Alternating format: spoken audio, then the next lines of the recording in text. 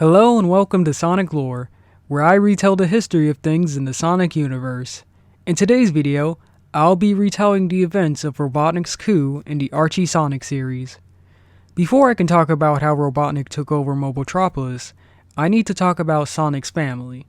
If you haven't watched my video about the Great War, then I suggest you go and do so, as I will be retelling some of the parts surrounding it. I'll leave a link to the video in the comment section. The story of Sonic's family begins during the Great War. One night, Charles and his brother Jules had come across an unconscious Robotnik who had just fled from his pursuers. The two brothers decided to save Robotnik's life and have him talk to their king once he recovered. After speaking with King Max, Robotnik was appointed as a warlord and led the Mobians against his people. At one point in the war, the Overlanders attacked Mobotropolis and it seemed like they were about to win. Most of the citizens were led safely to a bunker that was under the city. As soon as the citizens were secured, Charles and Jules headed to the bunker along with some troops. They waited inside until a hedgehog named Bernie came to report about the situation. Jules recognized Bernie as the girl that he used to debate against back during his time in school. Bernie, along with another person, led the troops behind enemy lines and ambushed the unsuspecting Overlanders. While the Mobians were able to drive out the Overlanders had wounded a soldier named Amadeus when they shot him in his left eye. As the war continued, Jules and Bernie got married, and later the two would be blessed with their child, Sonic.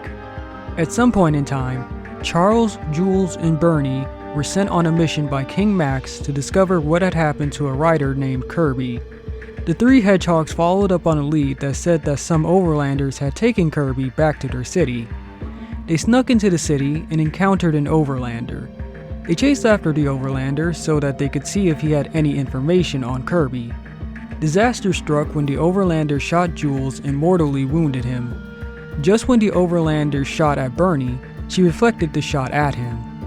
Charles and Bernie quickly got Jules aboard a convoy vehicle and took him back to Mobotropolis to get surgery. After Jules had gone through surgery, the doctor told Bernie and Charles that they couldn't do anything more for him. Charles decided to take matters into his own hands and use his new invention, the Roboticizer, to save his brother. Unknown to Charles, Robotnik had snuck into his lab and sabotaged his machine. Charles used the Roboticizer on his brother, but was shocked when he saw that Jules was nothing more but a mindless robot. Chuck was heartbroken and guilt-ridden about what he had done to his brother. So much so that he went to Robotnik and handed over his lab and the Roboticizer to him. Bernie later found Charles packing up all of his belongings. She tried convincing him to stay with her and Jules, but Charles couldn't face what he had done to his brother. After leaving Bernie and Jules, Charles set up a restaurant. Bernie visited Charles and tried to convince him to help Jules, but Charles refused to do so as he thought he would only make things worse. Bernie later confronted Robotnik when she found him and his nephew Snively using Jules as an experiment. Robotnik commanded Jules to throw Bernie into the Roboticizer, and she too was turned into a mindless robot that was under his command. Charles later found out about Bernie's fate when he investigated her sudden disappearance and talked to Robotnik. With his mother and father gone, Charles was now the only one left who could take care of Sonic. Years had passed since the war had ended, and everything seemed at peace. Inside the palace, Sonic and Sally were arguing about something, but was interrupted when King Max showed up. Before Max could figure out what they were arguing about, Robotnik showed up. He told Max that he wanted to speak with him, and Max responded by saying he wanted to talk with Robotnik as well. Max appointed Robotnik as the new Minister of Science, and also told Robotnik that he approved his plan to dismantle the military. In honor of Robotnik's new position, Max said that there was going to be a reception for him that night. After finishing his talk with Max, Robotnik told Snively to prepare his new robotic forces, the SWAT bots, to prepare for the coup. Robotnik and Snively returned to Charles's old lab and were about to test the Roboticizer on a citizen they had captured. Unknown to them, Amadeus had been sent by Max to help Robotnik oversee the dismantling of the military. Amadeus then witnessed as the helpless citizen was roboticized and overheard Robotnik's plan to overthrow Max. Now that he knew that Robotnik was a traitor, Amadeus tried to arrest Robotnik, but Robotnik caught Amadeus by surprise when Robotnik's SWAT bot suddenly grabbed him.